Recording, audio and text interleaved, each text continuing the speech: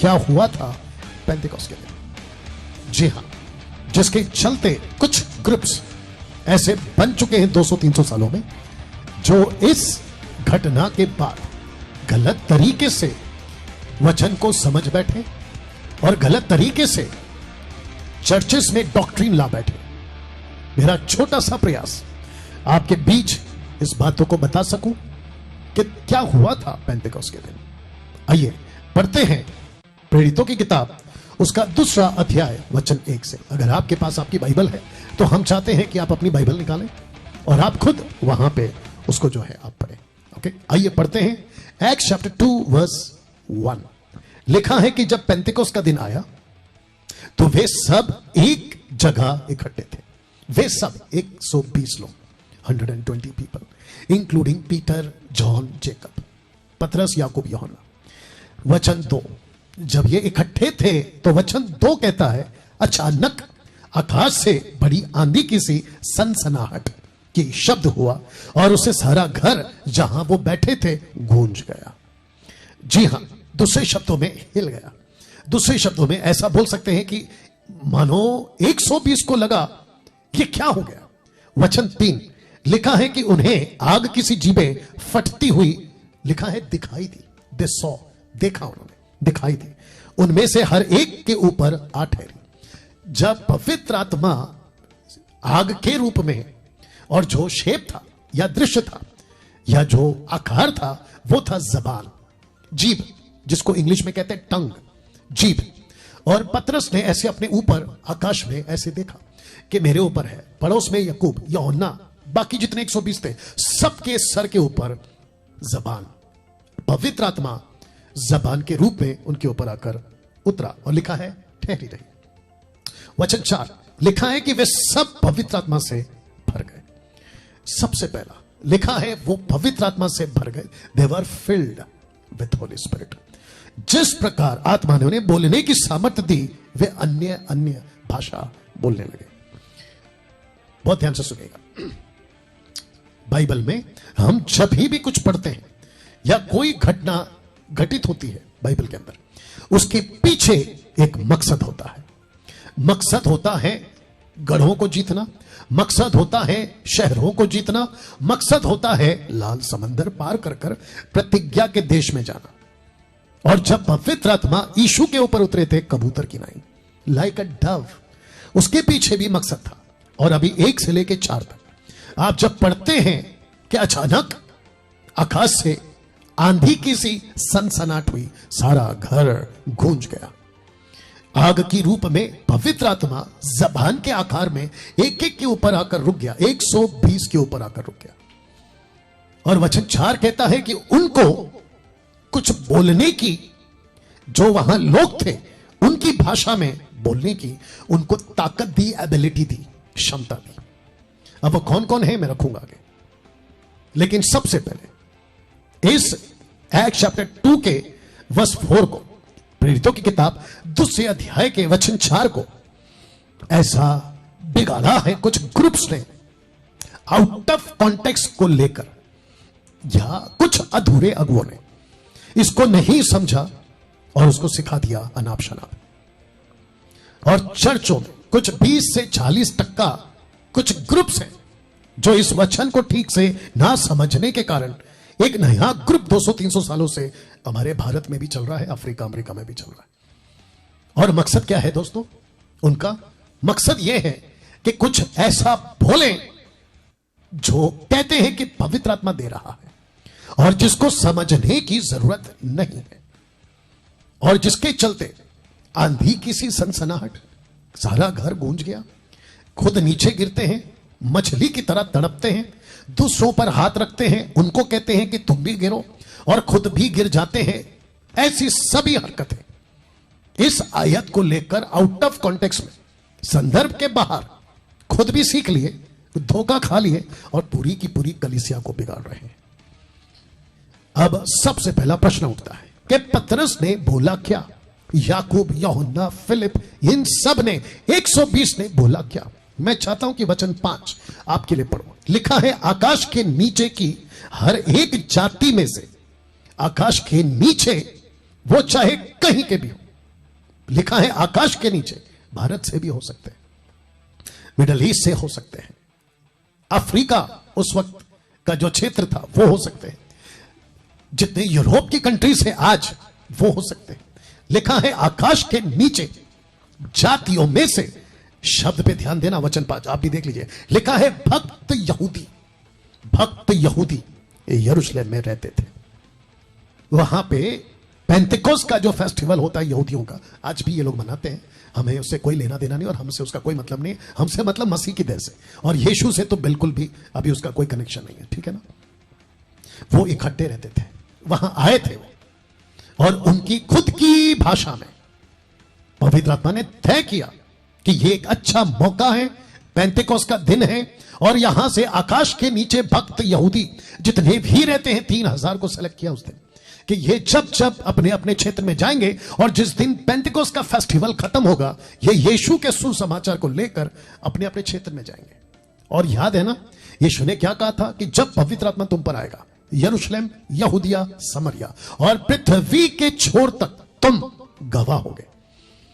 तो पवित्र आत्मा ने उस दिन आंधी की सनसनाहट में और बड़ी जोरों की आवाज से उन 120 के ऊपर जो ताकत थी, वो 120 लोगों ने जब मुंह खोला तो इन भक्त यहूदियों की मातृभाषा में बात की।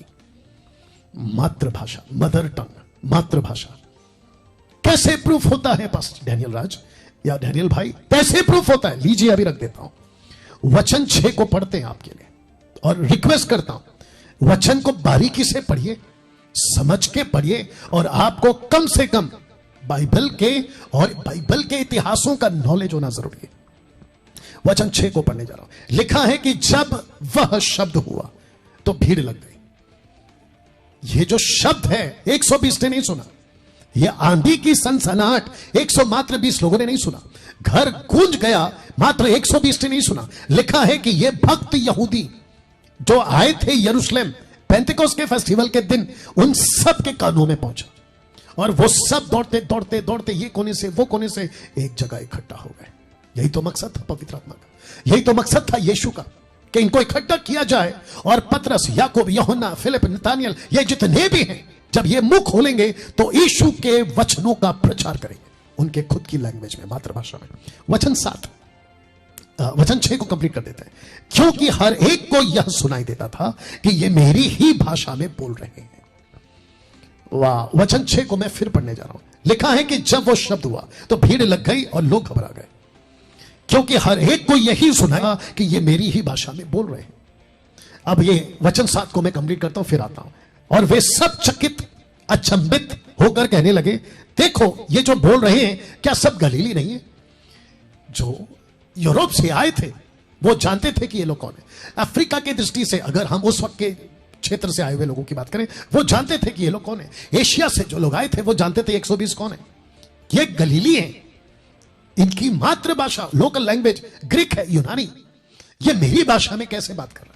अफ्रीका हो गया, जर्मनी हो गया, बाकी भारत की भाषा हो गई, या अरब कंट्री की अरब भाषा हो गई, अरबिक लैंग्वेज, कैसे बात कर रहे हैं? लिखा है अचंभित, चकित हो गए और ये बोलने लगे कि देखो क्या ये गलीली नहीं है?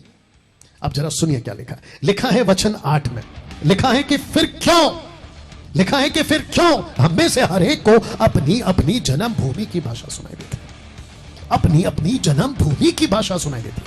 इसका मतलब क्या है दोस्तों? पता है, पवित्र आत्मा ने, एक होता है कि आप लैंग्वेज सीखते हैं, तो आप जब सीखते हैं दूसरों की भाषा में, तो आपका जो प्रोनाउंसिएशन होता है ना, उच्चारण, उसमें गड़बड़ हो सकता है।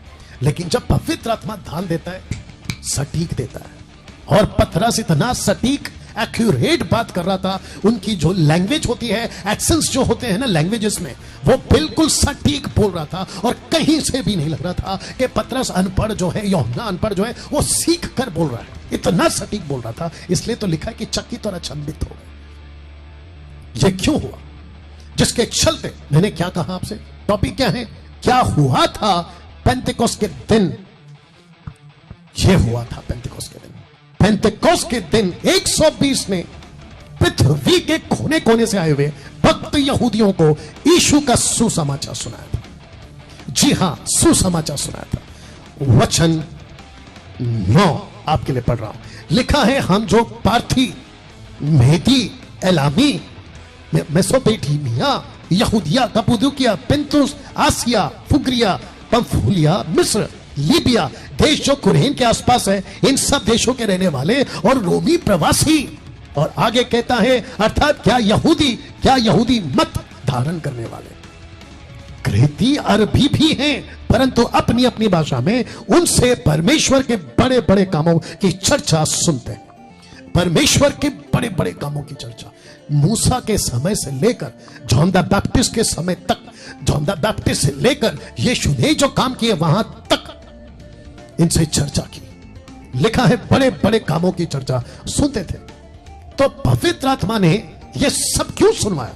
ताकि उनको पता हो, क्योंकि ये भक्त यहूदी हैं जो यहोवा को जानते हैं, जो अब्राहम को जानते हैं, जो नूह को जानते हैं, जो हनोक को जानते हैं, इसहाक और याकूब को जानते हैं, जोसेफ को जानते हैं, और ये उन राजाओं को जानते हैं जो इन पर राज कर चुके हैं। वो चाहे शाऊल हो जो गलत था, वो चाहे दाऊद हो जो सही था, उसके बाद में राजा सुलेमान, जितने प्रॉफिट है, नबी, 4 मेजर और बाकी 12 माइनर, इन सब को जानते थे। तो जिसके चलते पवित्र आत्मा ने कहा इनसे बात करो, बड़े बड़े कामों की चर्चा। वचन 12 लिखा है, वे सब चकित हुए, घबरा कर एक दूसरे से कहने लगे, ये क्या हो रहा है, ये क्या हो रहा है, अचानक से ये क्या हो रहा है, कैसे हम अपनी मातृभाषा सुन रहे, मकसद क्या था और वो सुन क्या रहे थे? परमेश्वर की बड़ाई, परमेश्वर की महिमा। यीशु ने क्या कहा था? मेरे पिता की महिमा इससे होती है कि तुम फल लाओ। परमेश्वर खुश किससे होता है? आत्माएं बचाए जाए, सुसमाचार सुनाए जाए, जिसके चलते वे खुश हो गए। और उन्होंने कहा परमेश्वर खुश हो गया, और वे लोग कहने लगे ये क्या बात है और ये क्या हो रहा है? लिखा है ये क्या हो रहा है। वचन 13 लिखा है, परंतु दुष्टों ने ठट्टा करके कहा, वे तो नई मदिरा के नशे में।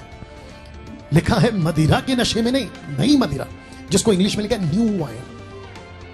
अब आप सोच के देखिए दोस्तों, जो ठट्टा कर रहे हैं वो ऐसा क्यों कह पा रहे हैं कि ये जो भाषा बात कर रहे हैं, जो हमको समझ आ रही है, ये इसलिए कर पा रहे क्योंकि ये गलीली है। शायद इन्होंने कोई ऐसा नशा कर लिया है, ऐसी कोई शराब पी ली है जिसके चलते इनको ये भाषा आ गई। Not gibberish, not rava rava Shaba Shaba, pure language, मातृभाषा।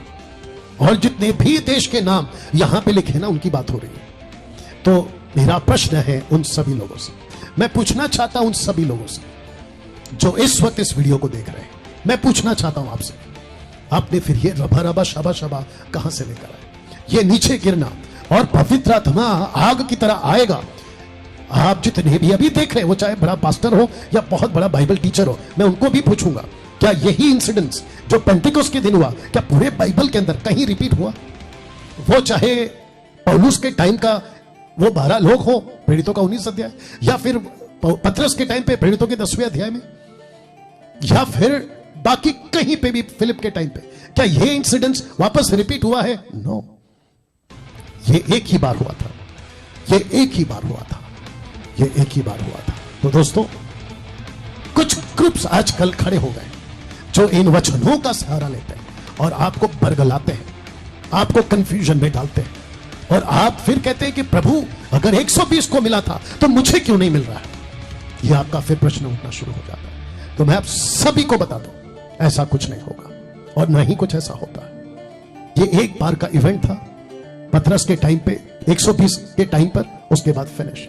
उसके बाद पवित्र आत्मा आपके अंदर आ जाता है जिस दिन आप अपना जीवन प्रभु यीशु को देते हैं। तो क्या हुआ था पेंतिकोस्त के दिन? ये हुआ था, लोग समझते थे, भाषा समझ आती थी। पतरस ने किसी को नीचे नहीं गिराया, वहां कोई जोर जोर से नहीं चीखा, किसी पर हाथ नहीं रखा गया, किसी के भी ऊपर फूका या थूका या धक्का नहीं मारा गया। बिल्कुल साफ सटीक, आपकी लैंग्वेज में खुद पढ़ लीजिएगा, आपको पता चलेगा। चलिए दोस्तों, मिलते हैं अगले वीडियो के साथ।